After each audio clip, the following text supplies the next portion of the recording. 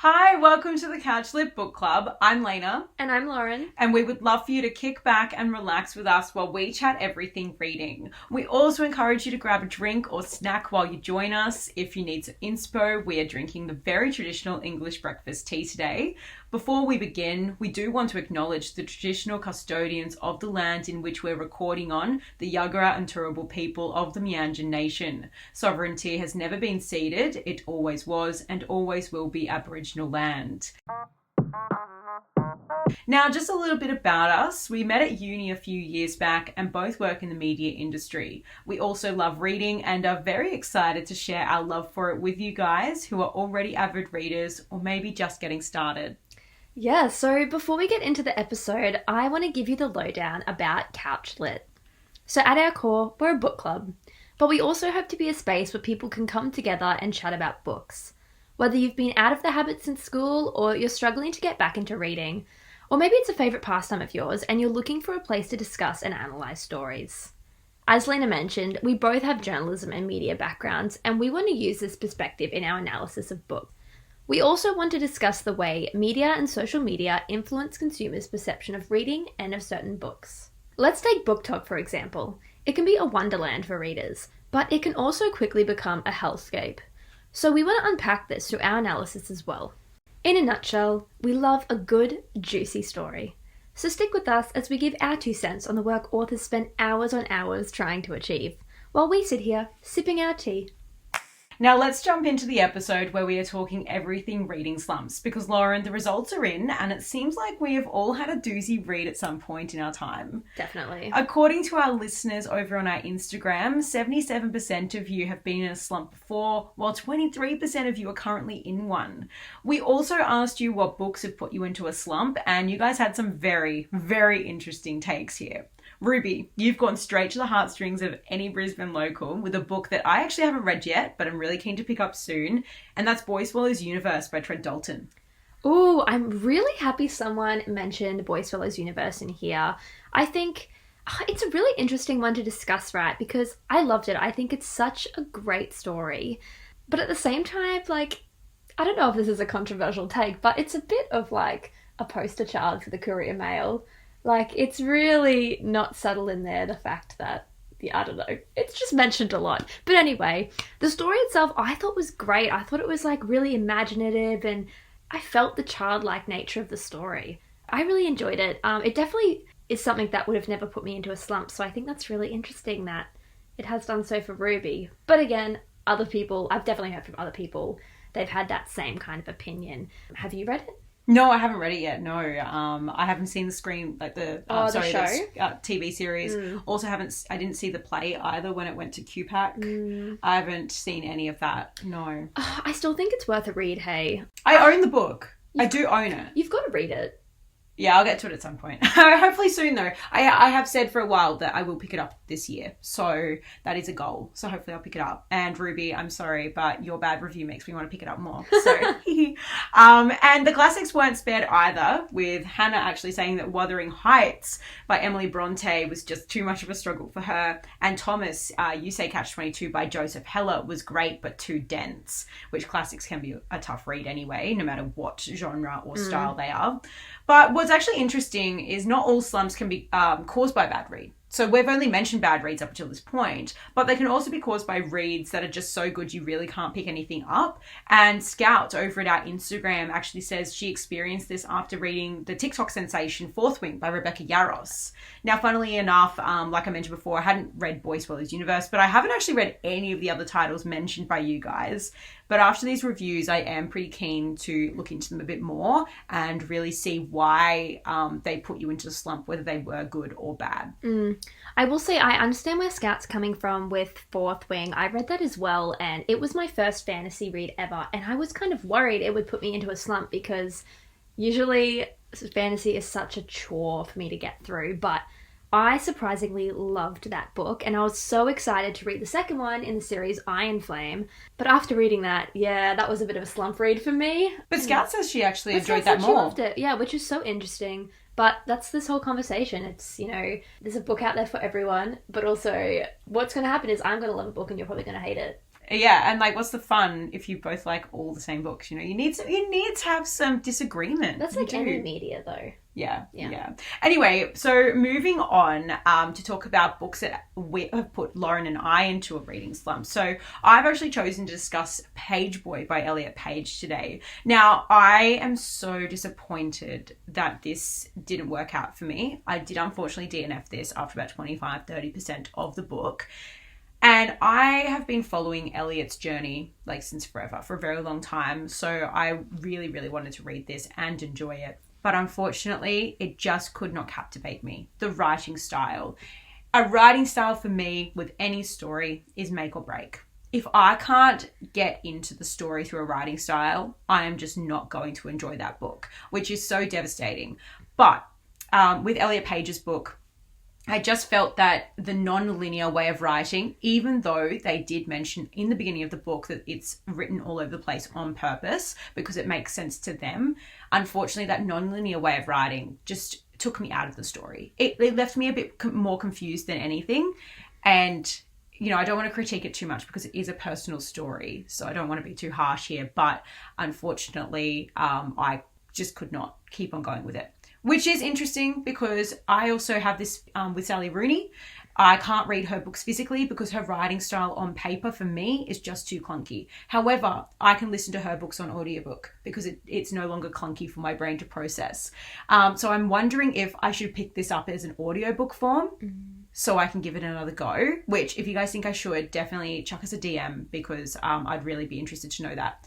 But also in saying that, I've read Paris Hilton's memoir. And hers is also written in a very non-linear way. But for some reason, it made sense to me. And I can't pinpoint what it is. And I think I've come to the conclusion that you don't even need to have a reason as to why two books that have the same writing style or similar writing styles, even in the similar genre, just don't, work out for you. Yeah, I think it's really funny you mentioned both of those books because I had pretty much the same experience reading Page Boy and then Paris Hilton's memoir. I listened to them both on audiobooks though. So I'm not really an audiobook person. I was a bit late to the party there, but I was listening to a lot of different celebrity memoirs via audiobooks and I found it so fun. So like Britney Spears, Julia Fox, and then Paris Hilton. And then the last one I started listening to was Page Boy by Elliot Page. And yeah, I just couldn't get into that one. And I think it was the non-linear way in which it was told as well.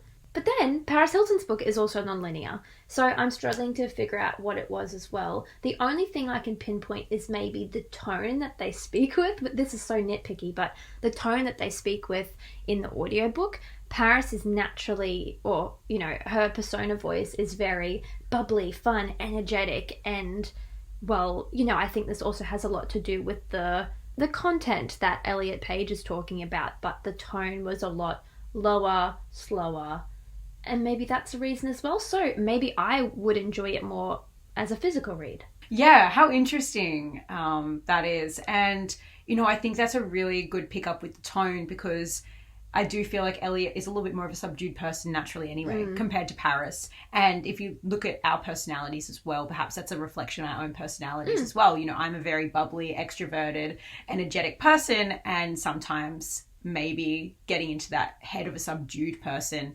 isn't necessarily my cup of tea, which is more than okay as well.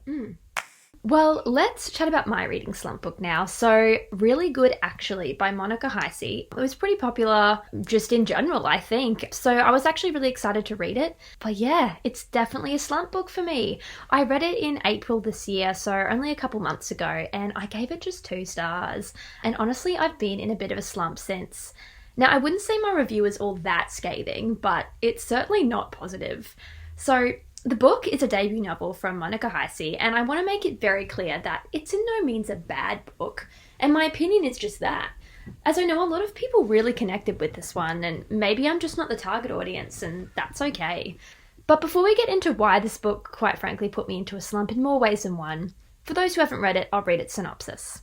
So Maggie is fine. She's doing really good, actually. Sure, she's broke. Her graduate thesis on something obscure is going nowhere, and her marriage only lasted 608 days. But at the ripe old age of 29, Maggie is determined to embrace her new life as surprisingly young divorcee. So it had all the elements I love in a book, right? An unlikable protagonist, humour and wit, but I was just not into it at all. I felt like it lacked self-awareness and it really, really dragged on in parts for me. Funnily enough, I've seen people compare it to Fleabag, which, you know, is a show I will defend to the day I die. So when I heard this, like, I just could not disagree more. So while the two stories do centre on an extremely flawed protagonist, I think there's one really specific thing that sets them apart, and that's self-awareness. So the protagonist in Really Good, actually, Maggie, had absolutely zero self-awareness. I think that would have been fine if this was a novella or a short essay, but because, you know, it was a novel-sized book, and the story essentially centred on her making mistakes and then not learning from them. So it quickly started to feel really repetitive, whiny, narcissistic, and yeah, I don't know, I just kind of had enough. Maybe I'm lacking a bit of sympathy here for the character, but if I was acting this way, I'd appreciate an intervention, thank you. I think the reason it put me into a slump, though, is because it just didn't meet my expectations at all. You know, like I said, it had all the elements of what I would love in a book, but the execution maybe wasn't just wasn't there. And I think I felt a bit disheartened that it wasn't able to give me what I needed at that time or what I was hoping from the read. And that isn't necessarily the author's fault, I will say. But Lena, I know you were among the defenders of this book, which is really interesting to me because it just didn't do anything for me. But I actually think it might have been a book that got you out of a reading slump. Yeah, this book got me motivated Wow. to continue reading. Yes. But as much as I am devastated that you didn't enjoy this read, Lauren, because I kind of mentioned that you should read it at the time, that you did. And I did. I can't like everything. No, exactly. But as much as I am devastated, I can actually see where you're coming from with this, because if you head over to Goodreads, look, the reviews, you can read them for yourselves. They're not that amazing. But I actually found myself reflecting on my own life choices and my own, anxieties that I live with when I was reading this book. Now, I must also say that I do feel that the enjoyment that you will get from reading this book does come from the time and the place that you're reading it. So for example, I was actually reading this or listening to it on an audiobook actually while I was road tripping. So I didn't even really stop the car. So this entire book I read in one sitting, and I didn't have that opportunity to put the book down to even think about maybe the issues with the book or things that weren't captivating me enough to never pick the book up again, or even think twice about picking up the book, because I didn't stop reading it. So that definitely, I think, added to my enjoyment of the story. But also in saying that, I saw my own decisions and thoughts reflected through the main character, Maggie, especially her need to disconnect from her phone. Being someone in the media industry, I am currently actually going through a bit of a detox from the media, and it's amazing. And this character goes through that as well. And it was at a time where I could not disconnect from the media or my phone. So I found myself really wanting that experience. And I also have to say that I think I have to disagree with you somewhat on the fact that she has a lack of self-awareness. Sure, she's 29 years old. And sure, I think we expect 29-year-olds to have a bit more grip on their life. But we all start our journey to healing at different times, okay? I also think that this book is actually a story about her discovering self-awareness and realizing, after hitting rock bottom so many times and losing friendships and relationships because of her anxieties and her delusions, I think this is actually a story of her finding her self-awareness and realizing that she really does need that therapy. Well, ironically, maybe I was the one who had no self-awareness when reading the book, because all this conversation has really made me think about, who gets to be an unlikable protagonist in fiction, who's allowed to, get that free pass. Like, I think a lot of books that you read where there's an unlikable protagonist, it's, girl in her young 20s who's just like, she just doesn't know what she's doing yet, she's making mistakes and it's cute and it's fun, but you're nearly 30 now and you should have your shit together, and she doesn't. So maybe I was being a bit hypercritical here, and I maybe I couldn't look past that, and that's really something to unpack, I guess. Yeah, and I think all of our journeys to healing have ups and downs. And unfortunately, Maggie's just had more downs than ups, I think. Now, I did rate it 4.5 stars, and I'll quickly read out my Goodreads review. I can see how the main character can be hard to connect with. She is very self-centered and dramatic, but for me, I actually found a connection with her. I totally understand her need to disconnect from her phone and nearly every single one of her anxieties and the denial she has with them. I understand how real it is for these things to get in the way of friendships and relationships and realizing you really do need therapy. I appreciated watching her story evolve and her getting on her way to a healthy relationship with herself. However, Lauren, I do have to agree with you on one point, and that is, it is not Fleabag. Do not compare it to Fleabag. This is not Fleabag. Thank you. At least we have one common ground there, and I'm glad it's that. Okay, so when I think back on books that have successfully and quickly gotten me out of a reading slump, Gone Girl. Of course it's Gone Girl by Gillian Flynn. It immediately comes to mind. So for the very few of you who haven't either read the book, which was published in 2012, or watched the movie, directed by legend David Fincher in 2014, I'll read its summary, which arguably is written just as tightly as the book. Who are you? What have we done to each other? These are the questions Nick Dunn finds himself asking on the morning of his 5th wedding anniversary when his wife, Amy, suddenly disappears. The police suspect Nick. Amy's friends reveal that she was afraid of him, that she kept secrets from him. He swears it isn't true. A police examination of his computer shows strange searches. He says they weren't made by him. And then there are persistent calls on his mobile phone. So what did happen to Nick's beautiful wife? Oh, I love it. I love it. So yeah, there have been other books that have been able to kick me back into gear, but really nothing compares to the effect that this book has on me, right? You could potentially say it's the book equivalent of what Pulp Fiction is to Film Bros. But hey, that's a title I'm willing to hold because this book slaps. And I know I'm not alone in this opinion, as it has a 4.13 average star rating on Goodreads. And one of my favourite 5-star reviews is, "This book is the real originator of Good for Her. Amy Dunn is a piece of shit and my kind of hero. I love a woman with gumption." Fantastic. So I had seen the movie a million times, but I had never read the book for some reason. So when I finally read it for the first time early last year, it really got me excited about reading again. And I think the reason why is pretty simple here. So it's a classic airport read, and it showed me just how fun, compelling, and juicy a story can be. And I've since been reading crime and mystery novels a lot more, and I give Gillian Flynn full credit for this. I've since actually been reading some of her other novels, Sharp Objects. Great, loved it. Watched the TV show as well, loving it. So keeping on the theme of mysteries is our July book club read. Each episode will be announcing the upcoming month's book club read, which will follow themes and ideas. In July's case, there is no theme here. We've both just wanted to read this one, and it's something different to what we'd usually pick up, and that's the goal here. So we're excited to announce that our first ever Couch Lit book club read for July is The Thursday Murder Club by Richard Osman.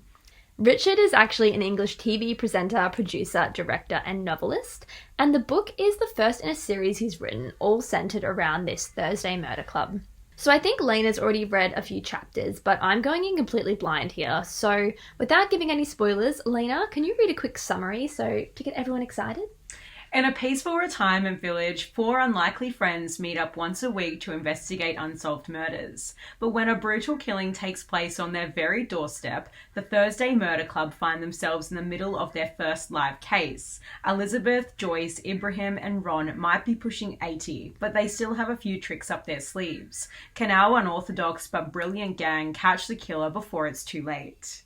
It sounds pretty compelling to me. I'm excited. After reading the first 4 chapters, I'm intrigued. Okay. All right. So, guys, visit your local library, pick up a copy, or find an audio version if that's your jam.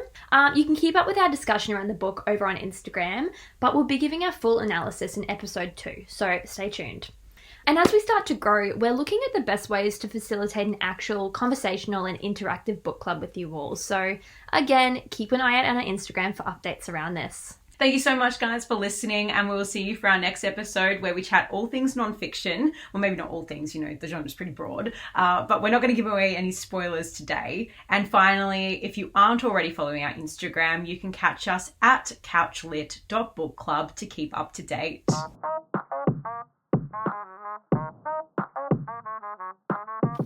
Read up, bitches.